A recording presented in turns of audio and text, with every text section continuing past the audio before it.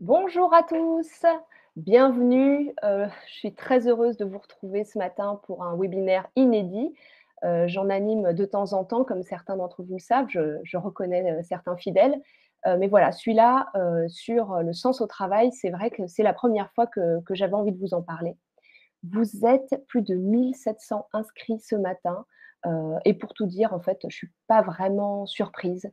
Heu L'idée, de perdre du sens au travail ou l'envie de retrouver du sens au travail, c'est peut-être l'objectif que j'entends le plus, de ceux qui m'appellent. Je vois dans le chat que vous nous écoutez d'un peu partout, Valence, Orsay, Versailles, Poitiers, Lyon, Bordeaux, le Morbihan, trop bien. Finistère, Perpignan. On fait un beau tour de France ce matin. Moi, je vous écris, depuis Bordeaux également. Je me suis réfugiée chez une amie qui m'a accueillie au dernier moment parce que j'avais un problème de Wi-Fi et elle, elle a une super fibre optique. Donc je pense qu'on n'aura pas de soucis techniques aujourd'hui, que vous pourrez m'entendre comme prévu. Hem, je vais faire assez vite, hein. Je sais que vous êtes en train de vous connecter, mais je pense toujours à ceux qui nous regarderont en replay. Ils sont très nombreux et qui ne perdent pas, voilà 10 minutes d'écoute, à nous laisser nous connecter. Donc je vais, attaquer, un petit peu, surtout qu'on a beaucoup de choses à se dire. C'est un sujet, que je trouve passionnant et important et donc j'avais envie de nourrir autant que possible votre réflexion ce matin. Donc 45 minutes, en réalité, ça va être un peu trop court pour vous dire tout ce que j'ai envie de vous dire.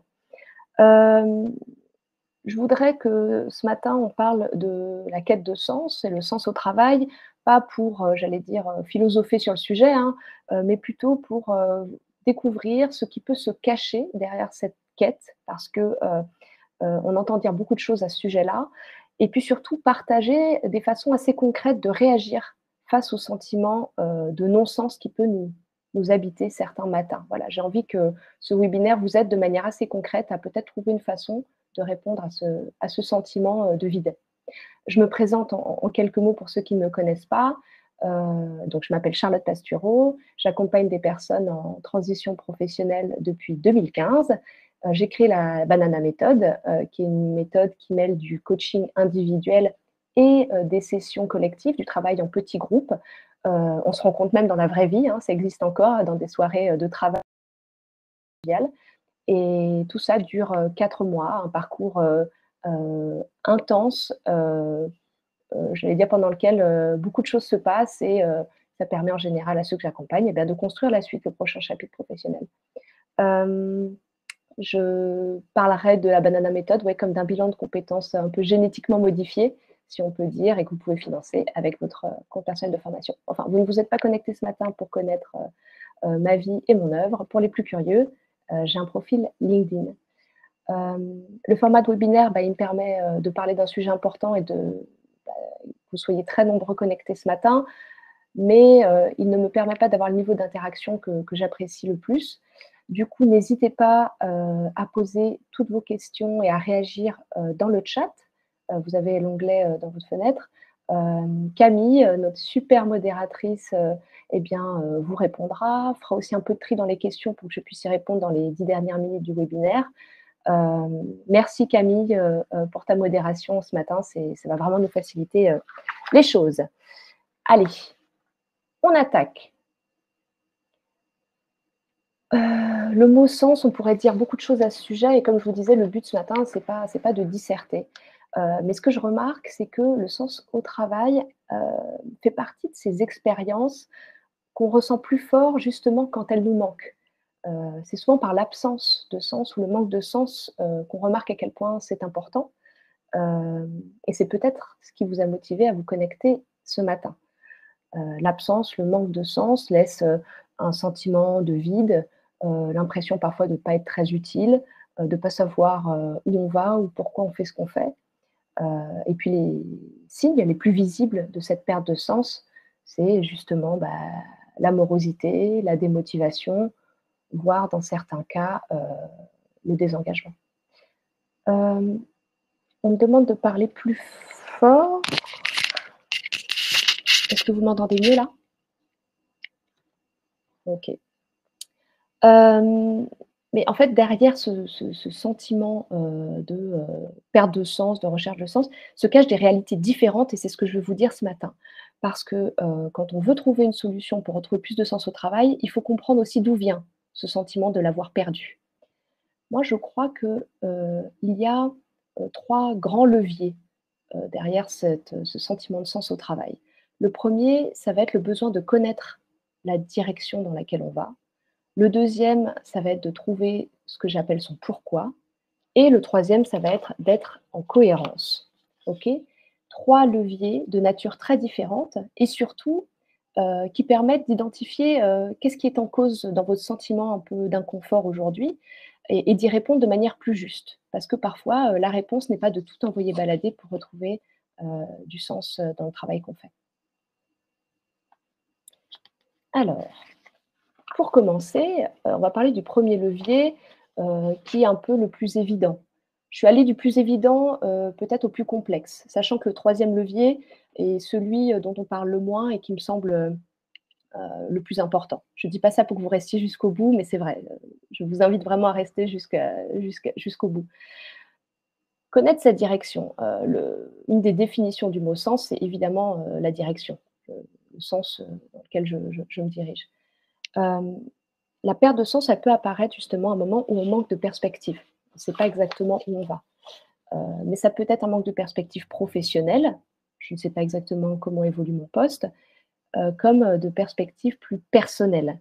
Je ne sais pas, où je veux vivre par exemple, je ne suis pas sûre d'être prêt à m'engager avec cette personne, mon compagnon ne veut pas d'enfant, ce genre de questions. Hem, Or savoir, où on va à court terme ou à plus long terme, peut être chez certains une source profonde de sens à leur action. Ils savent pourquoi ils font ce qu'ils font, ils savent où ils vont. Ils se lèvent le matin et agissent justement parce qu'ils savent où ça doit les mener. Donc je vous invite, en quelques minutes là, à faire un petit point en vous posant quelques questions. Est-ce que vous savez vraiment où vous allez? Je vous ai, proposé dans ce petit tableau, quelques questions et je me suis permis de répondre pour vous, à la première. Le contexte actuel est stable et prévisible? Plutôt oui ou plutôt non?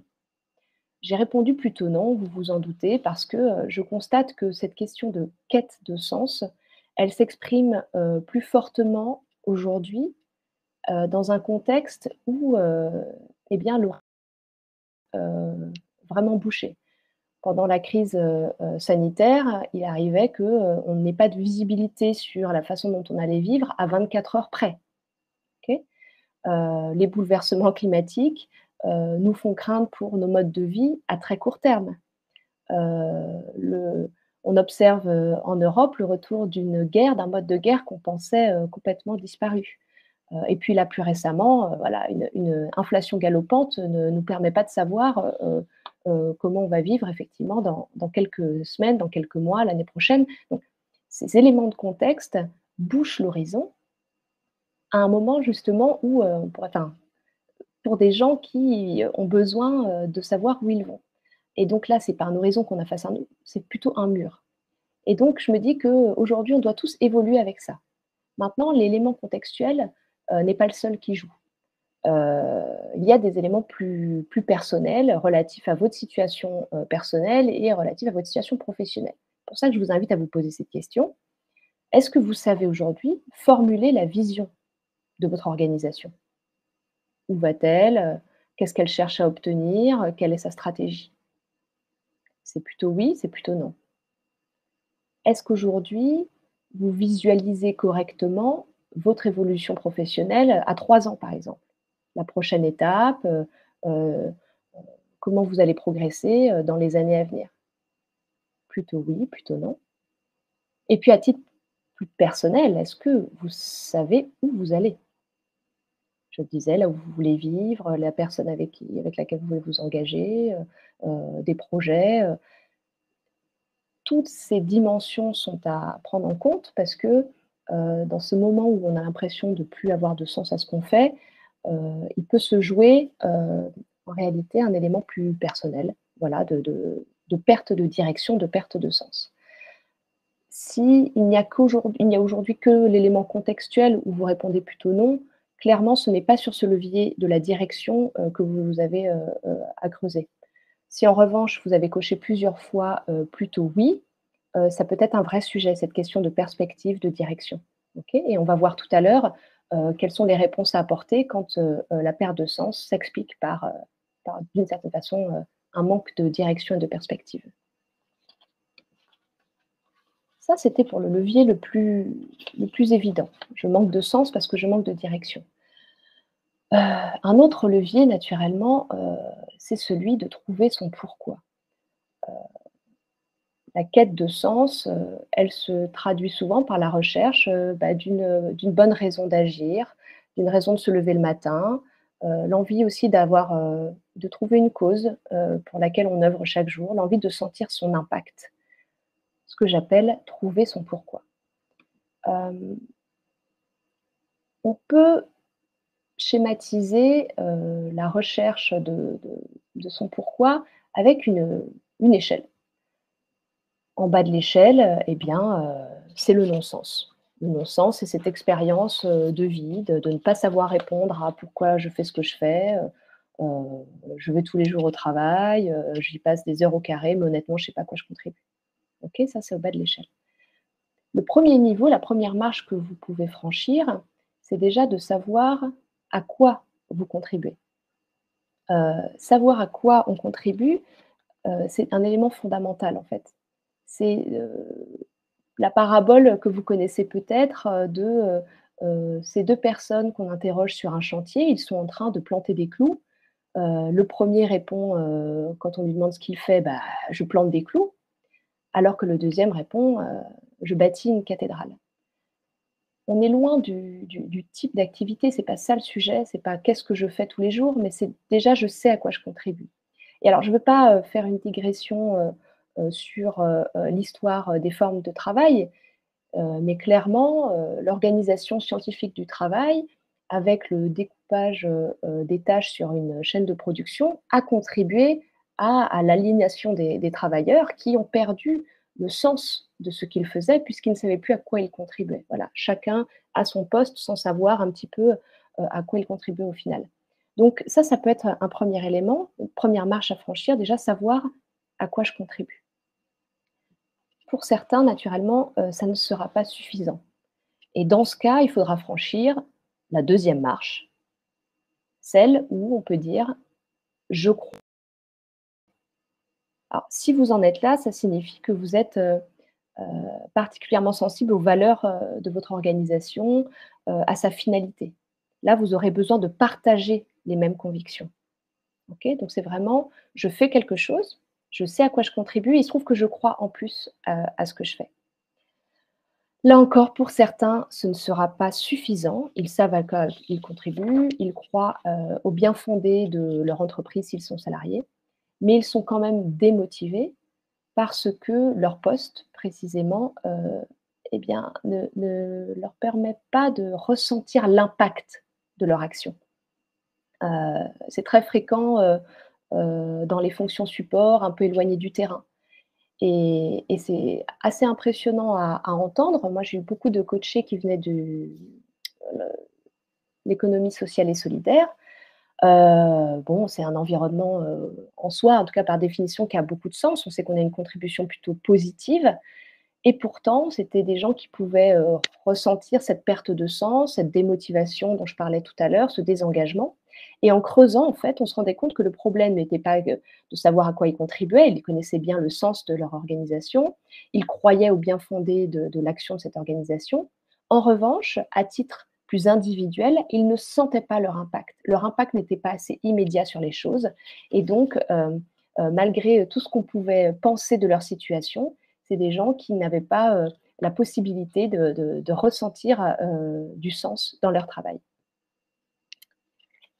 Alors, si vous, sentez que c'est bien là, hein, quelque chose de sensible chez vous quand je vous parle de trouver son pourquoi, trouver sa cause, ressentir son impact, mais ne savez pas aujourd'hui formuler votre pourquoi, je vous invite à vous poser, quelques questions. Ici, j'en ai mis 5, il y en aurait bien d'autres, hein, parce que c'est une quête, assez profonde et intense. Mais vous pouvez vous demander, «La dernière fois que je me suis sentie utile, c'était quand? Qu'est-ce que vous faisiez? quel genre d'activité, vous occupait? Est-ce que vous avez résolu un problème? Est-ce que vous avez écouté quelqu'un? Est-ce que vous avez, trouvé une solution? Est-ce que vous avez participé à un effort collectif? Essayez de décrire le plus précisément possible la dernière fois que vous vous êtes senti utile. Pourquoi avez-vous eu ce sentiment d'utilité? Première question hyper importante. Vous pouvez également vous demander, finalement, qu'est-ce qui me révolte ou me touche? Heu, il y aurait, j'allais dire, des quantités de raisons de s'indigner, hein, sur cette terre, mais il se trouve qu'il y a certains sujets qui nous touchent plus que d'autres, qui nous révoltent plus que d'autres. Essayez d'y penser les dernières fois que vous avez eu ce sentiment d'indignation qui vous aurait presque poussé, oui, à agir, à intervenir, à vous mobiliser. Peut-être que la cause ou les causes, qui pourraient vous occuper demain, se cachent derrière cette révolte. On peut aussi se demander, à propos de quoi me suis-je déjà engagé? Regardez dans votre parcours, y compris très lointain, peut-être pendant des années d'études ou d'autres expériences, de vacances ou quoi, eh bien, que ce soit, petit engagement, hein, j'ai signé, voilà, une pétition, engagement, plus profond, plus fort, si vous avez, participé à des actions, si vous êtes engagé dans une association ou autre, essayez de vous dire: «Voilà, c'est marrant, hier en fait, je me suis déjà engagée, c'était à propos de ce genre de sujet». OK? Un autre, axe qui peut être intéressant, c'est de vous interroger sur votre tropisme vis-à-vis du temps. Certaines personnes, vont avoir besoin d'agir plutôt sur les questions du futur. Je me sens utile, je sens que j'ai un impact quand je contribue à améliorer le futur, y compris un futur que vous ne vivrez peut-être pas. D'autres, au contraire, se sentent, utiles, trouvent du sens quand ils sont dans le présent. J'agis sur le présent, j'améliore la situation aujourd'hui. Et enfin, d'autres sont beaucoup plus tournés vers le passé et les questions de réparation et de mémoire. Voilà, vous pouvez vous demander un petit peu vous, où vous vous situeriez sur cet axe-là. Et puis, il y a une question que j'aime beaucoup aussi, quand on cherche son pourquoi, sa cause, ça peut être de se demander: «Auprès de quel public, de quelle audience suis-je la meilleure version de moi-même?» Je m'explique. Vous en avez peut-être fait l'expérience, mais il y a des audiences, pas trop le mot, mais auprès desquelles on est, on est très naturel, on sait ce qu'on a à faire, heu, les comportements, sont fluides, on a une oui, une version de nous-mêmes, qui est vraiment vraiment positive. Pour certains, près des enfants. Certaines personnes, face à des enfants, sont particulièrement patientes, ouvertes, à l'écoute, inspirées, créatives. Là où, face à des adultes, il y a la magie n'opère pas. Face à des enfants, ils ont ce truc et ils le sentent. J'ai déjà observé aussi que certaines personnes vont vivre ça plutôt auprès, par exemple, de personnes âgées ou en situation de dépendance. Quelque chose se réveille en eux, se mobilise et heu et c'est effectivement une très belle version, d'eux-mêmes qui se manifeste. Voilà, donc essayez de à partir de ce concept d'audience de public, essayez de réfléchir à ça. Est-ce qu'il y a des situations face à certaines personnes où vous voyez bien que quelque chose d'extrêmement positif se manifeste et c'est facile pour vous de savoir, le comportement à adopter, c'est facile pour vous de vous rendre utile à leur côté. Voilà, un exemple de question que vous pouvez, vous poser quand il s'agit de trouver son pourquoi. Maintenant, je ne pouvais pas parler, de, sens au travail, de trouver son pourquoi, sans évoquer la question, de la passion, la passion au travail. C'est quelque chose qu'on lit, qu'on entend pas mal, cette idée de vivre sa passion, au travail. Ça serait pour certains le secret d'une vie professionnelle, épanouie. Je vais faire bref sur ce sujet, mais d'abord, c'est tant mieux pour tous ceux qui y arrivent, qui vivent, leur passion au travail et qui sont heureux grâce à ça. Mais ça reste, je pense, un modèle, assez minoritaire, dont on parle beaucoup, mais dans les faits qui reste assez minoritaire. D'abord parce que la majorité des personnes qu'on interroge sur ce sujet déclarent ne pas avoir de passion. Alors cette injonction à avoir une passion, elle peut être pesante. En fait, la plupart des gens ont beaucoup de centres d'intérêt, sont curieux, aiment des choses, mais ne peuvent pas déclarer avoir comme ça une passion qui les mobilise, de manière très intense. Premier élément. Ensuite, on peut avoir une passion, et ne pas en vivre. On peut aimer la photographie, on peut aimer le kitesurf, on peut aimer la céramique et décider que ça restera, eh bien des loisirs, extra-professionnels, sans pour autant qu'on rate sa vie. Et puis, à mêler passion et travail, il faut bien reconnaître quand même qu'il y a un risque important, de ne pas réussir à mettre parfois, des limites et à se surinvestir, dans un travail qu'on devrait, aimer passionnément.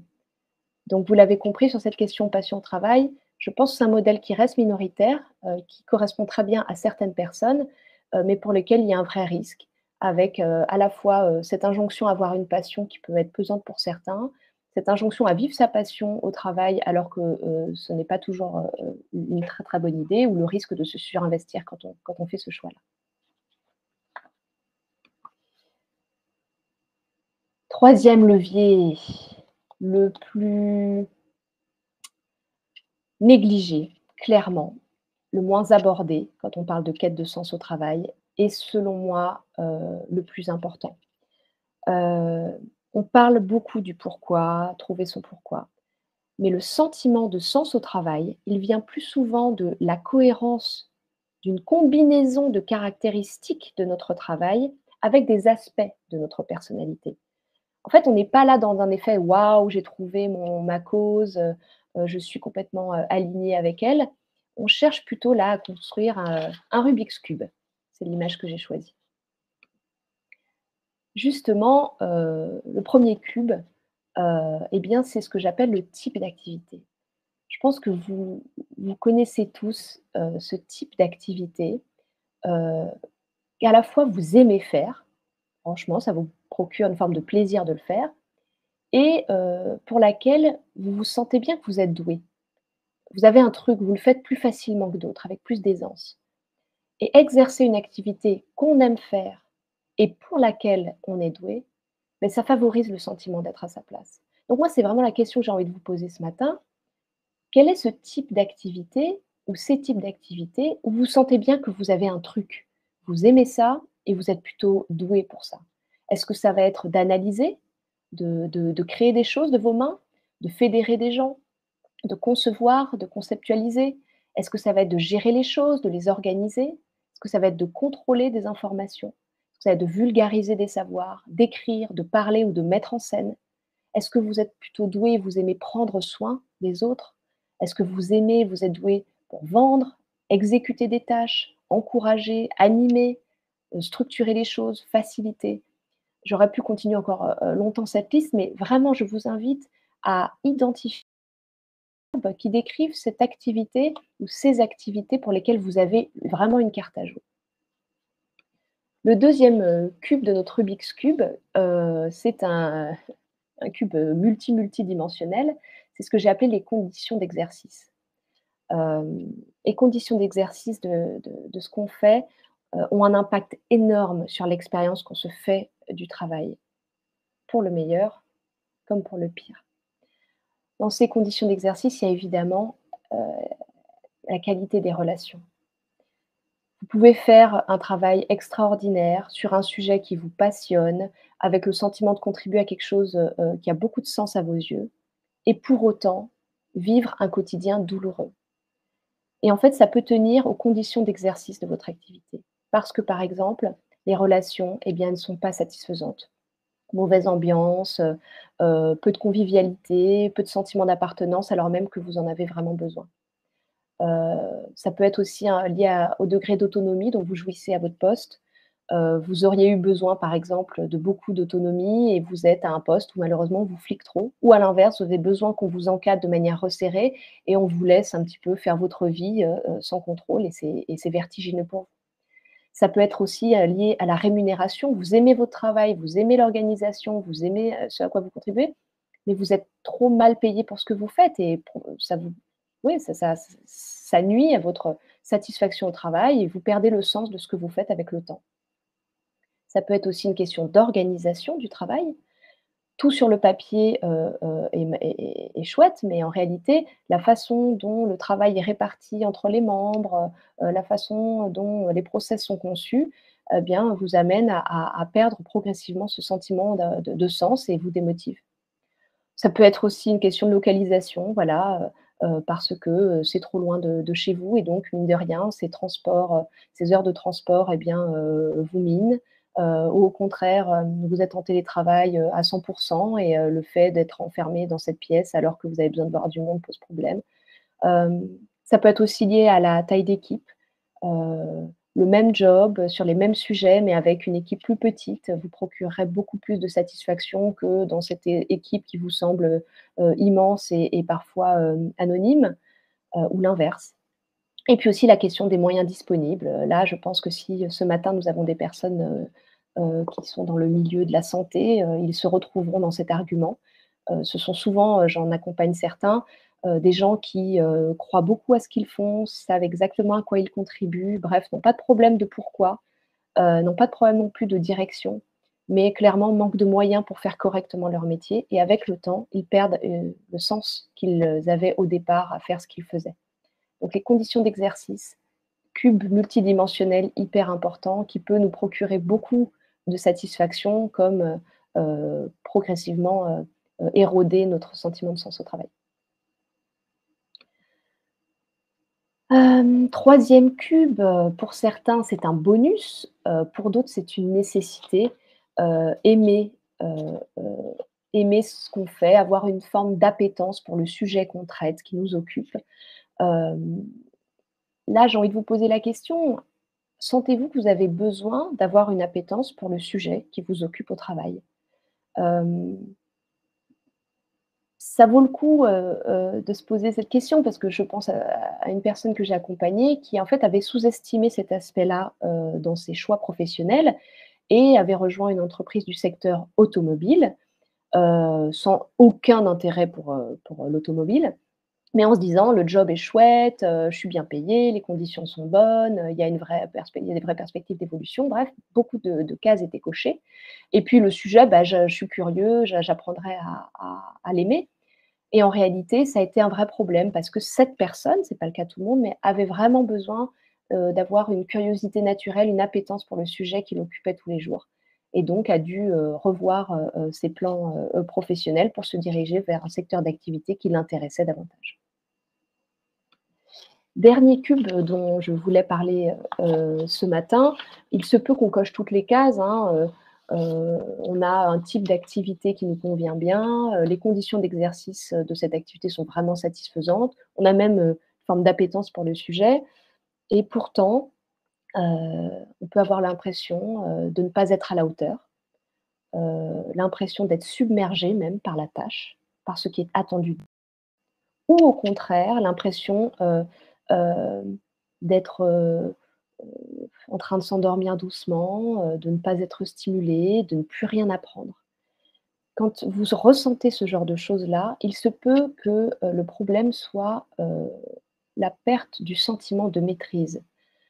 Le sentiment de maîtrise, c'est un équilibre, précieux à trouver entre, la bonne stimulation, je sens que je suis stimulée, j'ai des nouveaux défis régulièrement. Également les perspectives d'apprentissage, je sens que j'apprends de nouvelles choses, je développe de nouvelles compétences, mais également le sentiment de maîtrise dans le sens où les objectifs que j'ai sont, adaptés aux compétences dont je dispose. Je me sens à la hauteur, je me sens capable. Voilà, donc c'est vraiment un équilibre à trouver et on peut, perdre, le sentiment de sens dans son travail justement parce qu'il y a du trop ou il y a du trop peu. Donc c'est le dernier cube, que je voulais évoquer, quand on parle d'être en cohérence, parce que finalement vous le comprenez, trouver du sens dans son travail, parfois, c'est juste trouver une vraie cohérence entre, des aspects de notre personnalité, avec des types d'activités, qui nous ressemblent, qui nous conviennent bien, des conditions d'exercice qui sont hyper importantes pour nous, une forme d'appétence pour le sujet qu'on traite ou encore notre besoin, d'avoir, la maîtrise sur ce qu'on fait et quand on a ce sentiment de cohérence, eh bien, on trouve du sens à ce qu'on fait.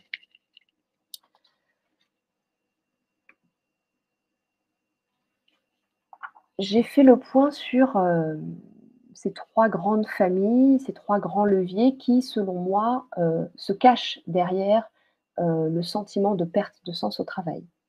Le cas où on manquerait de perspective, on manquerait de direction. Le cas où on manquerait de raison d'agir, on n'a pas trouvé son pourquoi et on sent qu'on en a besoin pour avancer. Et le cas où, en fait, on a un problème de cohérence. On manque de cohérence dans certains aspects de notre travail ou de conditions de notre travail. J'ai envie maintenant de vous poser la question, Je vais pour ça, déclencher un petit sondage. Je vais vous poser la question et je vous invite à répondre en participant au sondage, pas dans le chat, sinon vous êtes trop nombreux pour que j'arrive à suivre. Vous allez voir la fenêtre apparaître. J'ouvre les votes. La question, c'est vraiment vous demander: «Mon manque de sens», si je suis concernée naturellement, quelle forme, il a? Est-ce que c'est plutôt un manque de perspective? Est-ce que c'est plutôt, le manque de raison d'agir?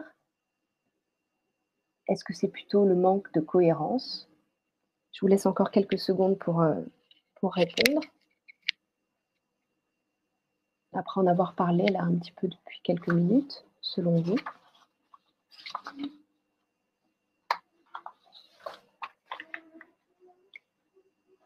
Je vais clore les votes dans 5 secondes. J'espère que vous avez eu le temps de répondre. Vous pouvez répondre naturellement, plusieurs, vous pouvez donner plusieurs réponses. Allez, 3, 2, 1, je clôt. Ah, hyper intéressant. Normalement, vous devez voir les résultats du sondage apparaître. Le manque de perspective à 45. Donc la question de la direction, je ne sais pas où je vais, à 1 an, 2 ans, 3 ans. À 19, je manque de raison d'agir. Alors c'est trop marrant, j'étais persuadée que vous seriez une majorité à parler du pourquoi, parce que c'est aussi de ça dont on parle le plus souvent. Et je manque de cohérence à 36, donc très nombreux à parler de ce cube multidimensionnel, hein, de ces cases à cocher dans les conditions d'exercice de notre activité. Je regarde également ce que vous avez mis un peu dans le chat. Voilà. Compliqué, ouais, compliqué. Très bien. Ouais, c'est ça. Donc 45, le manque de perspective, 19, je manque de raison d'agir et 36, je manque de cohérence. Eh bien, je vais vous proposer maintenant, de voir, dans chacun de ces cas, heu, quels sont, les leviers d'action? Qu'est-ce que vous pouvez faire, pour essayer de dépasser cette situation? D'abord, si vous sentez que vous manquez de perspective, comme vous avez été une majorité à le dire, eh bien, c'est entre guillemets «plutôt rassurant». J'imagine que vous n'avez pas du tout envie d'entendre ça, à ce stade, mais ça veut dire que les actions, elles sont quand même, accessibles. Première chose, je pense, si vous êtes aujourd'hui, dans une organisation, une entreprise privée, publique, ça ne change rien, c'est peut-être le moment de convoquer un entretien de carrière. Heu, Certaines entreprises, sont très structurées de ce point de vue. On a un entretien annuel, c'est mieux que pas d'entretien du tout, même si on peut en faire plus souvent. D'autres, ce n'est pas le cas. Ou alors la façon dont sont conduits ces entretiens ne vous permettent pas de vraiment parler de la suite. Je pense que si aujourd'hui vous manquez de perspective, il est temps, de demander, aux personnes qui vous encadrent, d'en parler. Je veux parler de ma carrière, je veux parler du chemin que j'ai emprunté. Voilà ce que j'ai fait jusqu'à aujourd'hui et je ne sais plus où je vais, je ne sais pas, ce qui m'attend. Il faut en parler, pour voir si finalement des réponses sont possibles au sein de votre organisation. Avant d'envisager de tout quitter et de partir, je pense que ça vaut le coup d'en parler, de voir ce qui est possible au sein de votre organisation. L'autre, élément évidemment, c'est, de définir de nouveaux objectifs. Alors, seul quand vous en avez la possibilité ou pareil avec les personnes qui vous encadrent et vous entourent. Mais, il faut construire la prochaine étape, quoi. Quels sont les nouveaux objectifs que je me fixe, à 1 an, à 2 ans, à 3 ans? C'est quand même dans la nature humaine, d'être motivé, par, de nouveaux défis, de nouveaux objectifs et si vous sentez que ce n'est plus le cas, ça vaut le coup de le faire. Parfois, à votre poste, eh bien, il n'y aura pas de solution, il n'y aura pas de réponse satisfaisante. Dans ce cas, un changement de poste doit être envisagé, clairement. Là, il s'agit de se dire, «J'ai fait le tour, clairement, j'ai fait le tour, aucune évolution n'est possible, qu'est-ce que je peux faire de différent?» Ça sera possible parfois dans votre organisation et puis parfois ce changement de poste, il ne sera possible qu'en quittant votre organisation, naturellement. Une autre action, qui, peut être une très bonne façon de répondre à ce manque de perspective, c'est évidemment de vous former. Vous former en interne ou vous former à l'extérieur, mais le développement de nouvelles compétences, c'est aussi le développement de nouveaux horizons. Donc vraiment, regardez ce qui est possible pour vous de faire Qu'est-ce qui vous intéresse? Quels sont les domaines dans lesquels vous aimeriez apprendre de nouvelles choses, développer de nouvelles compétences? Regardez ce qui est possible en termes de formation, ça vaut vraiment le coup. En général, ce sont des moments charnières dans la gestion de sa carrière. Et puis, on a parlé du manque de perspective personnelle aussi, tout à l'heure, je vous parlais, hein, de ces questions, où est-ce que je vais vivre, avec qui je vais m'engager, construire une famille ou pas, des projets immobiliers, enfin bref, des questions, qui n'ont rien à voir avec le boulot, en tout cas pas de manière immédiate. Et bien parfois, le manque de perspective, vous pouvez y répondre en vous engageant à titre personnel, vous engageant dans une relation, en vous investissant, dans un projet qui vous tient à cœur, en prenant une décision, significative à titre personnel, acheter, déménager, enfin bref, ce moment où vous êtes capable de trancher et de dire: «Allez, maintenant, je prends une direction et je l'assume». Si vous avez répondu plutôt que vous manquez de raison d'agir, donc là, on parle plutôt de ce besoin de trouver son pourquoi, de trouver sa cause, de trouver aussi sa façon de sentir son impact. Là, les changements en général sont plus importants, vont vous amener peut-être plus loin. Et si vous êtes aujourd'hui dans une entreprise, avec laquelle vous ne partagez pas de convictions, vous ne partagez pas le bien-fondé de son action, bah, il va être, un peu inévitable pour vous d'avoir, besoin de changer carrément d'organisation d'entreprise. Heu, vous devez partager la cause, de cette organisation, sauf si l'organisation évoluait, j'allais dire, là, c'est à vous d'en changer. Une autre façon évidemment, c'est carrément de changer de secteur d'activité. Pour certains, ils ont fait le tour d'un secteur d'activité qui leur a beaucoup apporté, qui leur a permis de progresser, de gagner de l'argent, de faire des rencontres, de vivre des chapitres professionnels très satisfaisants. Et puis parfois, ils arrivent à un moment où, eh bien, leurs, objectifs aussi, leurs priorités dans la vie ont évolué, leurs convictions aussi parfois ont évolué et donc ce secteur d'activité qui faisait l'affaire et ben, il ne le fait plus du tout. Dans ce cas-là aussi, c'est pas le secteur qui va changer en général, c'est à vous d'engager ce genre de changement. Hem, bon et si, changement de boîte, changement de secteur, ne sont pas suffisants, vous vous doutez bien que pour certains, il faudra considérer, la possibilité de se reconvertir. La reconversion professionnelle, quand j'en parle, je parle évidemment d'un changement de métier. Je vais faire autre chose que ce que je faisais jusque-là, parce que je n'y trouve plus mon compte. Voilà. Je n'ai plus de sens à ce que je fais. J'ai besoin de faire un métier qui a plus de sens parce que, le type d'activité ou parce que le contexte de travail ou parce que, le pourquoi de cette activité. En tout cas, ça doit être radicalement différent de ce que je fais aujourd'hui. Et là aussi, il n'y a pas que le travail, stricto sensu. Quand on cherche son pourquoi, on peut aussi trouver une capacité à agir et à sentir, son impact dans l'engagement associatif ou militant, voilà. Se dire: «Je garde mon job, je sais pourquoi, il m'apporte un sentiment de sécurité par exemple, il, me permet d'avoir des relations sociales, satisfaisantes, il m'apporte beaucoup de choses, et à côté, pour satisfaire mon besoin d'être, utile, eh bien, je vais m'engager dans une association, je vais m'engager dans un parti, je vais, faire du bénévolat. Voilà, ça, c'est vraiment une piste à instruire. J'ai pas mal de coachés qui font ce choix à un moment et qui le vivent beaucoup mieux. Ils ont, entre guillemets, «délesté», le travail de cette charge, le travail doit, tout satisfaire chez moi. Parfois, le travail, doit juste permettre, de vivre correctement et d'être, en sécurité et puis d'autres aspirations chez vous peuvent être satisfaites, dans une sphère plus personnelle.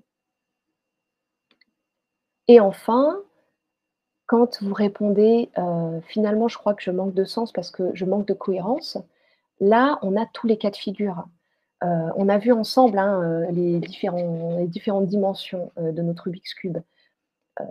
On a parlé du type d'activité. Alors si c'est le type d'activité qui est en jeu, en gros, vous passez vos journées à faire de l'analyse et du contrôle, alors même que vous vous rendez compte que vous êtes doué pour, fédérer, faciliter, booster. Bon, bah, là, il va peut-être falloir envisager un changement, de métier. Si c'est plutôt, lié aux conditions d'exercice de l'activité, par exemple question de rémunération ou, question d'environnement immédiat de travail, peut-être qu'une discussion avec votre manager, sera suffisante, voilà, pour, réévaluer votre salaire ou, pour, discuter d'une organisation de votre travail avec du télétravail et un peu de présentiel. Enfin, parfois ce genre d'aménagement suffisent. Et puis, quand on parle du, sentiment de maîtrise, Là aussi, parfois une discussion, avec, ses RH, ses managers ou autres vont suffire parce qu'on va, comprendre que vous avez besoin d'apprendre de nouvelles choses, d'être davantage stimulé ou à l'inverse on vous en a trop demandé et que, aujourd'hui votre fiche de poste ou vos objectifs étaient inadéquats. Tout ça, ça peut être discuté, ça peut être arrangé. Mais s'il s'agit de, par exemple, l'appétence pour le sujet, en fait, je n'ai aucune appétence pour le sujet que je traite tous les jours. Là, il va peut-être, falloir envisager un changement de boîte, un changement de secteur. Vous voyez? Donc sur la question du Rubik's cube, on doit faire un petit peu, à la pince à épiler, hein, regarder exactement de quel type d'incohérence on parle pour trouver la façon la plus juste de réparer, ce manque.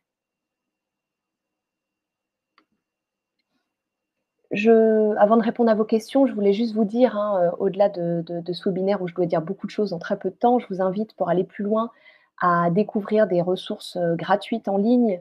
Je partage pas mal d'outils d'auto-coaching en vidéo, des articles également pour nourrir vos réflexions. Voilà, par exemple, «Suis-je trop vieux pour me reconvertir?», «Comment financer son bilan de compétences?», «Comment, embarquer sa famille dans un projet de reconversion professionnelle?», enfin des questions que vous pouvez vous poser toujours autour, de la carrière et de la construction d'un projet cohérent avec qui on est. Il y a également, des webinaires réguliers que j'anime et puis, tous les mois, je partage, une newsletter, dans les Banana News, vous trouverez des podcasts, des articles, des témoignages, partage d'événements, donc n'hésitez pas, hein, à vous inscrire pour suivre un petit peu au fil de l'eau et nourrir vos réflexions du moment. Et puis avant d'oublier, voilà, juste vous dire que, je redémarre, j'animerai, 2 promos, à partir de septembre 2022. Une où les réunions présentielles auront lieu à Paris et l'autre où les réunions, collectives présentielles auront lieu à Bordeaux. Tout ça finançable avec votre compte personnel de formation naturellement. Donc, n'hésitez pas pour aller plus loin à vous abonner, à nous suivre parce que, il n'y a pas, que ces webinaires, il y a évidemment plein d'occasions de partager sur ces questions.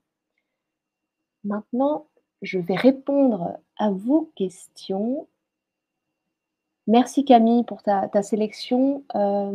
Quid quand on n'a plus d'organisation en recherche d'emploi? La perte de sens est encore plus criante et les leviers sont peut-être plus complexes. Oui, j'ai pris pas mal d'exemples, où vous étiez en situation, en emploi ou en organisation. Mais en fait, les questions qui se posent sont les mêmes pour quelqu'un qui est en recherche d'emploi. En gros, quand vous êtes en recherche d'emploi, vous êtes aussi dans la construction de la suite. Qu'est-ce que je vais faire demain? Continuer à faire la même chose et donc postuler à des on va dire des offres d'emploi qui ressemblent beaucoup à ce que j'ai fait jusque-là, ou peut-être envisager un changement, de métier, de secteur d'activité. Donc les mêmes questions se posent. Est-ce que vous avez besoin, de trouver un pourquoi, de croire au bien fondé de votre organisation ou c'est un sujet qui n'est pas vital pour vous? Quel genre de conditions de travail, de contexte de travail, vous aimez être seul parce que vous avez besoin de vous concentrer, de faire votre boulot, et puis vous n'aimez pas être dérangé? Ou au contraire, est-ce que vous avez besoin de sentiment d'appartenance à un collectif, de convivialité au quotidien? Dans ce cas, vous devez plutôt vous orienter vers des postes où vous serez, sur le coup dans une organisation et pas seul. Est-ce que le niveau de rémunération, est-ce que c'est un sujet, déterminant dans votre motivation ou, vous préférez surtout faire quelque chose que vous aimez même si c'est pas super bien payé? En fait, toutes les questions qu'on a évoquées, tout le Rubik's cube se pose aussi pour vous, pour construire en fait le projet professionnel qui est le plus prometteur. Voilà, c'est vraiment quel est le projet qui a des chances de m'épanouir et de me satisfaire. Quand c'est les 3, Margot, évidemment, vous pouvez dans la perte de sens avoir à la fois, le manque de perspective et d'horizon, à la fois, le manque de cause, le sentiment d'impact et puis, beaucoup d'incohérences. Dans ce cas-là, il faut faire un bilan qui je suis, qu'est-ce que je veux, quelles sont mes priorités, comment je fonctionne. En fait, vous devez repartir de vous, parce que beaucoup de choses sont instables et incertaines, mais il y a une chose qui demeure, c'est vous. Votre façon d'être, votre manière de fonctionner, les contextes qui vous réussissent, au contraire les contextes qui vous démotivent. Et en faisant ce bilan, vous serez capable d'imaginer un projet professionnel qui a du sens quoi, pour vous, qui est prometteur. Mon employeur n'a même pas fait mon entretien annuel, jamais eu d'entretien de carrière et le dernier n'a pas permis de changer les points négatifs. Merci Sabrina pour cette remarque. Vous êtes, très nombreux, soit à ne pas du tout avoir d'entretien, soit même quand ils sont obligatoires, à avoir des entretiens qui franchement sont des conversations un peu vaines. C'est pour ça que je vous invite à reprendre un peu le pouvoir sur votre carrière en sollicitant cette rencontre et en l'animant à votre façon. Ce que je veux dire, c'est que vous savez ce dont vous avez besoin, par exemple, d'y voir plus clair sur la prochaine étape à 1 an, 2 ans, 3 ans, eh bien, si cette conversation, elle n'a pas eu lieu récemment, il faut la convoquer et il faut poser ces questions-là parce qu'on ne peut pas, que ce soit avec un RH, avec un manager, on ne peut pas noyer le poisson. Vous êtes engagé dans une organisation, on ne peut pas attendre de vous que vous restez là sagement à stagner pendant des années sans savoir ce qui vous attend. On a tous besoin de perspectives, c'est dans la nature humaine. La recherche d'horizon, c'est aussi ce qui nous a fait, passer debout sur les pattes arrière, il y a des milliers d'années. Donc il faut reconnaître que c'est en nous. Donc vous avez le droit de solliciter ce genre d'entretien, et si ce n'est pas dans les pratiques, c'est à vous d'être à l'initiative de ce genre de rendez-vous. Oui, pour les CDI, mais en CDD ou en freelance. Ça revient un peu à ce que je disais tout à l'heure, mais ça ne change rien en fait, hein. Je prends l'exemple des CDI parce que, je sais que vous êtes en majorité, en salariat. Mais en fait, que ce soit un contrat à durée, déterminée ou même si vous êtes à votre compte, toutes ces questions se posent. Moi, je suis, moi-même entrepreneuse, ces questions, je me les pose régulièrement. Mon besoin de pourquoi ou pas, les questions de conditions d'exercice de mon activité, le besoin de collectif, au contraire, le besoin de faire les choses seule, la question de la rémunération, la question de mon lieu de vie, de mon organisation du travail. En fait, vous devez être capable, quelle que soit votre situation, en emploi, pas en emploi, en CDI, pas en CDI, entrepreneur, pas entrepreneur, d'être très au clair sur ce qui vous procure, un sentiment de sens. Voilà. Il n'y a pas de réponse absolue. Ce qui procure du sens à David n'est pas ce qui procure du sens à Isabelle. Donc c'est à vous d'être capable de répondre à ces questions et parfois c'est vrai, il faut faire un bilan pour ça, et pour y voir plus clair.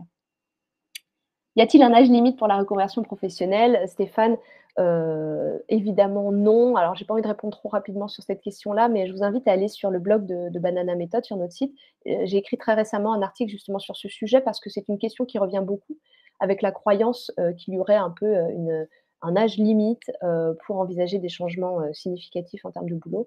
C'est c'est pas l'inverse en fait, c'est plus subtil que ça. C'est-à-dire que on se rend compte que passé un certain âge, il y a de nouvelles libertés qui apparaissent et pour certains, c'est vraiment la possibilité d'envisager un changement radical, là où plus jeunes, ils étaient trop contraints, par exemple, par, des enfants en bas âge, des prêts immobiliers sur la tête ou autre. Donc en fait, c'est beaucoup plus subtil que ça n'y paraît, mais voilà, je ne veux pas répondre trop vite, je vous invite à aller jeter un œil à l'article. Avec des enfants en bas âge, eh bah, David fait le lien, comment aborder la reconversion professionnelle? Hem, Justement, les enfants en bas âge, c'est l'expression n'est pas jolie, hein, mais c'est une contrainte comme il en existe d'autres. Comme il existe des contraintes financières, comme il existe des contraintes de géographie, hem, comme il existe des contraintes physiques pour certains qui vivent des situations de handicap. On doit tous évoluer avec un champ de contraintes, également des opportunités. Donc votre projet de reconversion professionnelle, vous pouvez l'envisager sans ignorer ce qui fait, votre situation. Vous avez des enfants en bas âge, mais vous avez aussi d'autres choses. Donc moi, ce que je remarque, c'est que beaucoup de mes coachés, alors qu'ils ont enfants en bas âge, se lancent quand même dans des changements radicaux parce que souvent, ça a été la parentalité qui a été un déclencheur. Certains me disent: «Quand j'ai eu mon enfant, je me suis dit: "Mais je serais pas fière en tout cas de lui parler de ce que je fais"». Et ça, c'était un déclencheur. Là où avant la question d'être fier de ce que je faisais n'était pas un sujet, chez eux, tout d'un coup, c'est devenu hyper important. Et donc c'est à partir de ce moment-là, avec des enfants, qu'ils ont eu l'audace, de changer radicalement leur situation. Donc vous voyez, pour certains, ça va même être une opportunité d'avoir des enfants en bas âge. Maintenant, vous ne pourrez pas tout faire, parce qu'on sait bien, je suis concernée, que ça prend du temps, ça prend une bonne place dans la tête. Mais voilà, à titre plus personnel, j'ai créé ma boîte alors que j'étais, enceinte de mon deuxième. Il a accouché, quelques semaines après et ça s'est très bien passé. Je dis pas que ça a pas été difficile certains jours, mais j'avais, au moins une motivation, profonde à faire ce que je faisais. Y a-t-il un outil structuré pour répondre à ces questions? Bon, un outil, non. Des outils, oui, beaucoup. Moi, aujourd'hui, dans le parcours Banana Méthode, j'utilise énormément d'outils pour permettre, aux gens que j'accompagne de répondre à ces questions de manière structurée. Ce que je constate, c'est que, dans ce moment de non-sens où on commence à être démotivé, désengagé, on peut avoir tendance à mettre un peu la charrue avant les bœufs, se jeter sur des offres d'emploi, refaire son CV. Enfin, on a tellement envie de trouver une réponse et de changer sa situation, parfois qu'on s'embarque, dans des démarches un peu vaines. Je crois au contraire qu'il faut agir avec méthode et c'est justement toute la valeur de mon travail. Avez-vous une échelle pour vous mesurer et pouvoir diriger les collaborateurs qui sont à la recherche de sens au travail? J'ai pas compris la question. pour mesurer, pour diriger. Heu, je fais pas d'évaluation quantifiée, je suis pas sûre de comprendre la question. Moi, ce que j'aime faire, c'est plutôt, que vous vous posiez les questions que j'ai partagées avec vous, ce matin, pour vous demander, finalement, comment je me sens aujourd'hui dans mon travail? Est-ce que, je sais à quoi je contribue? Est-ce que j'ai une forme d'énergie le matin pour y aller? Est-ce que, je me sens à ma place? Et si vous sentez, une forme de malaise et d'inconfort, de creuser en vous demandant, qu'est-ce qui pèche aujourd'hui? Dépasser en fait juste le sentiment de vide et de démotivation pour explorer, enquêter, et décrypter finalement les vraies causes, de cet inconfort. Quand vous êtes capable de faire ce diagnostic, quand vous êtes capable d'être suffisamment juste, je trouve que derrière les plans d'action, la résolution du problème est beaucoup plus simple. Et c'est vraiment ce que je voulais vous permettre de faire ce matin, aller chercher la cause juste pour trouver la réponse, juste. Voilà, on a dépassé le timing et c'est pas correct, surtout que, pour certains, c'est l'heure d'aller déjeuner avant de reprendre le boulot. Je vous lis vos messages, ça me fait merci à vous, merci de votre participation, merci de votre connexion nombreuse. N'hésitez pas à me contacter, à m'écrire, si, vous vous posez des questions et vous sentez que vous avez du mal à y répondre seul, hein. C'est un peu le but de ma démarche. Hem, Merci, très intéressant, super.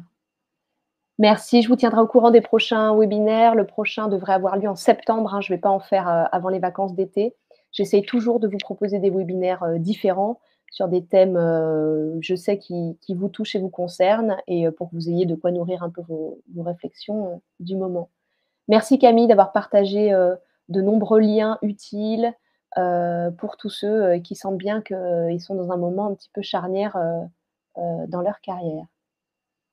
Il y aura un replay, tout à fait, si vous avez participé ce matin, vous le recevrez automatiquement. Pour les autres, je communiquerai, dessus, sur le site de Banana Méthode, bananamethod.com, je posterai le lien du replay. Et puis évidemment, vous pouvez télécharger le support que j'ai utilisé, ce matin, une version un tout petit peu plus simplifiée, mais vous pourrez le télécharger, sans difficulté. Ouais, ouais, Terence, vous pourrez avoir la présentation, absolument.